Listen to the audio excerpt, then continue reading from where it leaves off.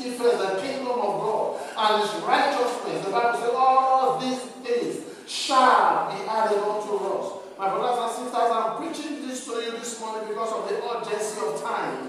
I'm preaching this to you because of the season that we are in, because of the era that we are in.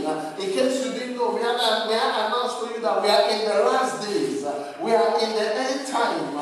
We are in the time and season that Jesus spoke about, that the prophet told us about. So we've got to be prepared for the rapture. I want you to know that a day is coming that the trumpet shall sound. And when the trumpet shall sound, only the righteous shall be taken away, and the non-righteous will be left behind. Or the Christians that their life does not please God will be left behind on this earth, and the people that will rapture will go and be with God. My prayer for you this morning, child of God, is that when the trumpet shall sound, you will be with the rapture like a thief,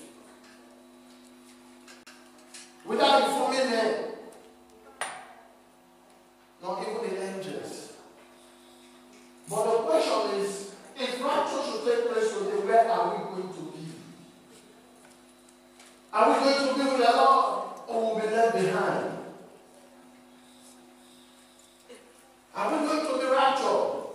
Because the Bible went on to say, it said, two shall be grinding. One will be taken away and one will be left. Two walking in the farm, one taken away, one will be left.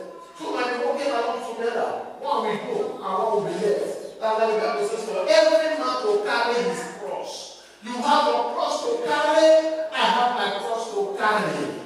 On that day, listen, child of God, the pastor will be standing on his own, answering his own for his own self.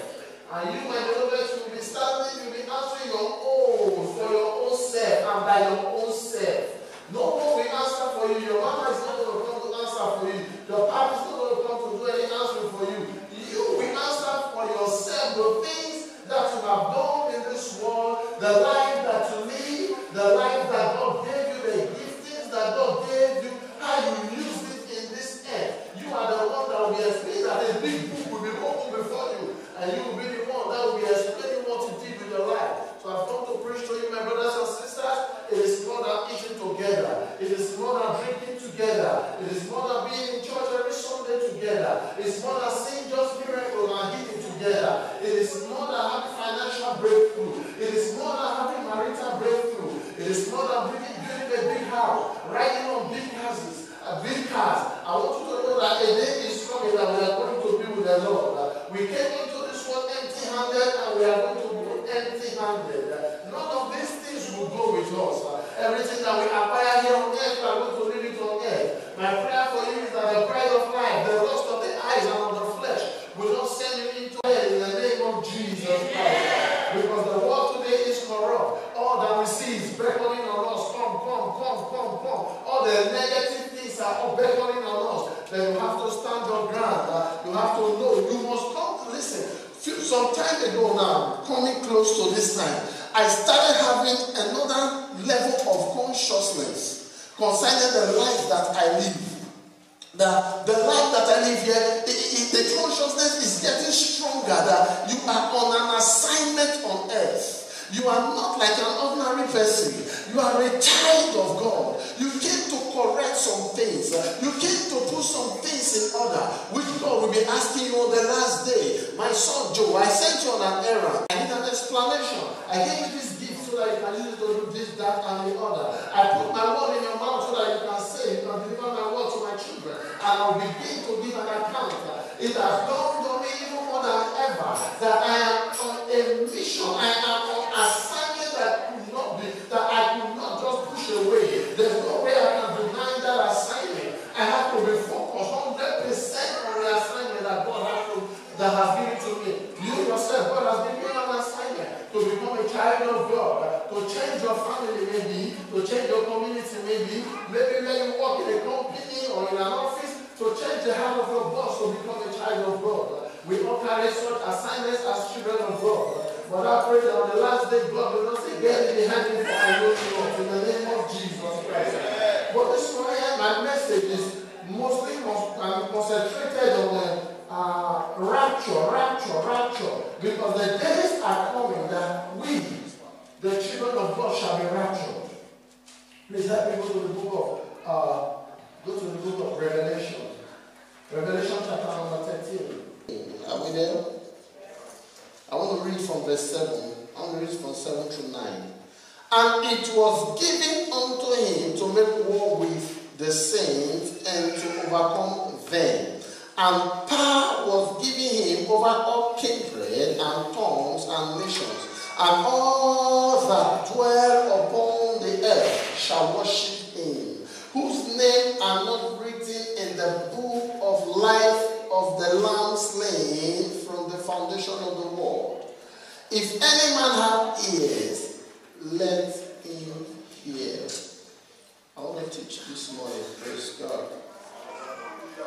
What the scripture is saying is, after the rapture, when the trumpet shall sound, and the true children of God shall be taken up to go and be with the Lord, the people that will be left in this world, that will not join the rapture, there is a beast that is going to be coming out of the sea.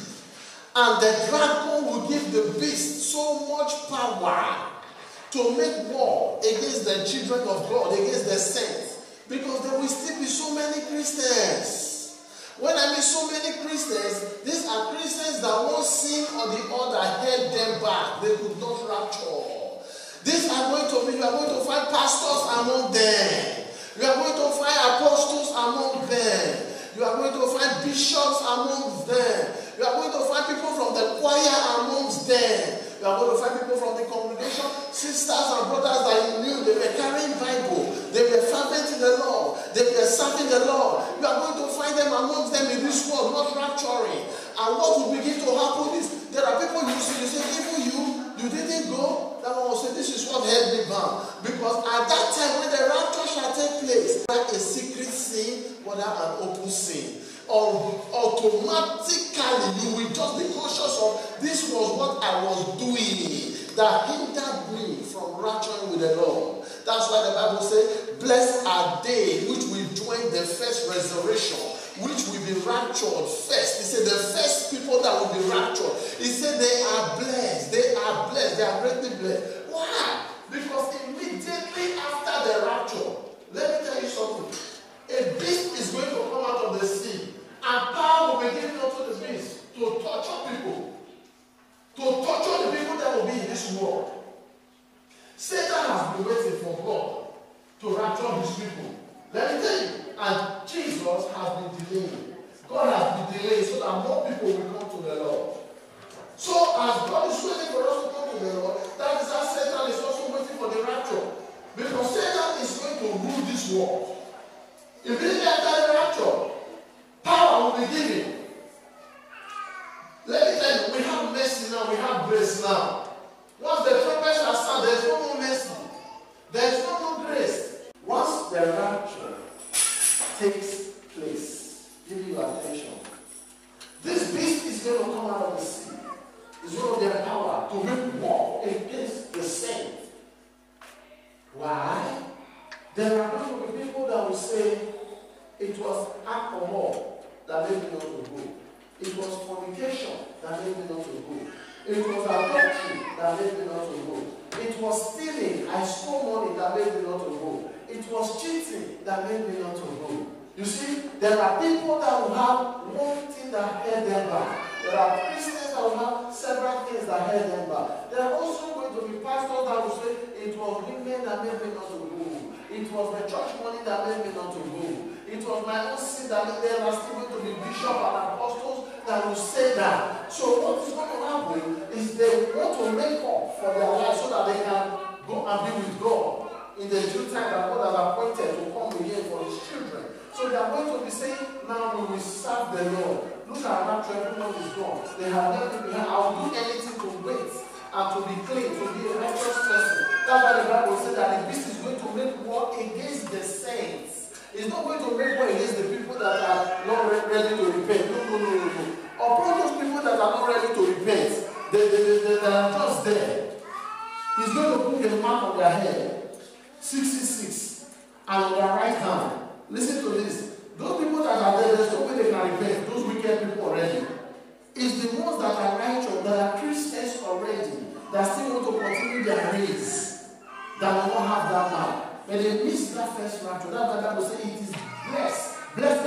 that will join the first resurrection. So they are trying to make up. Those ones will not have the mark on their head and on their right hand, 666, no. But the rest of the people in this world, white, every race, every color, every tribe, will be involved in this. They will be carrying the mark 666 on their head. The mark of 666 upon the head of a man, let me tell you, before you see the person, it's the mark. Before you see the person's face, it's the mark you will first see. Satan will make war against the people that are trying to stand that I will serve the Lord. This time I will make up for my wrongs. This time I will not sin again. I want to stop what I have been doing. These are the people Satan will work against them. Satan, let me tell you, Satan will torture people that say, I want to serve God.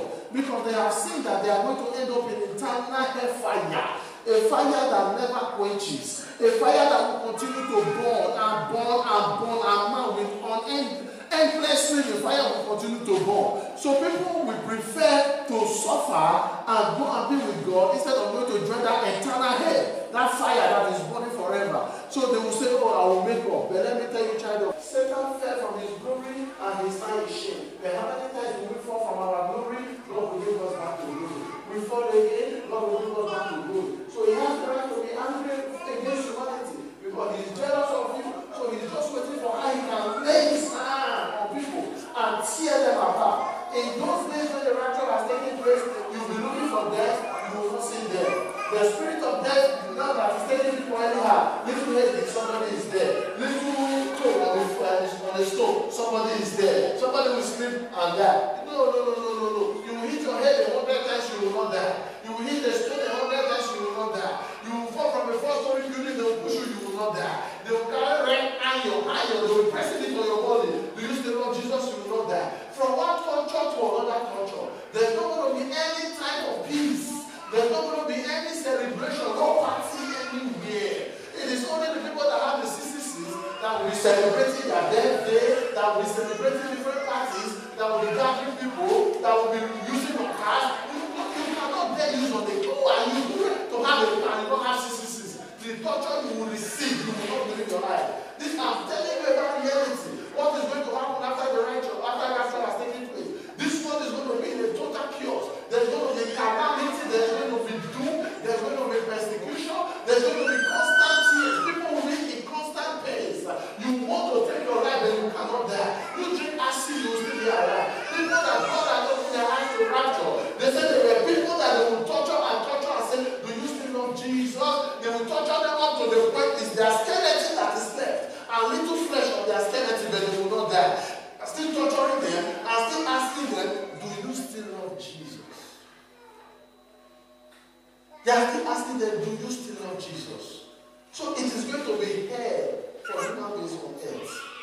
I'm telling you, child of God, if I preach heaven and earth to you, I move in all the gifts upon my life, all the anointing and the flows of glory upon my life, and I don't tell you this, I'm not a good pastor.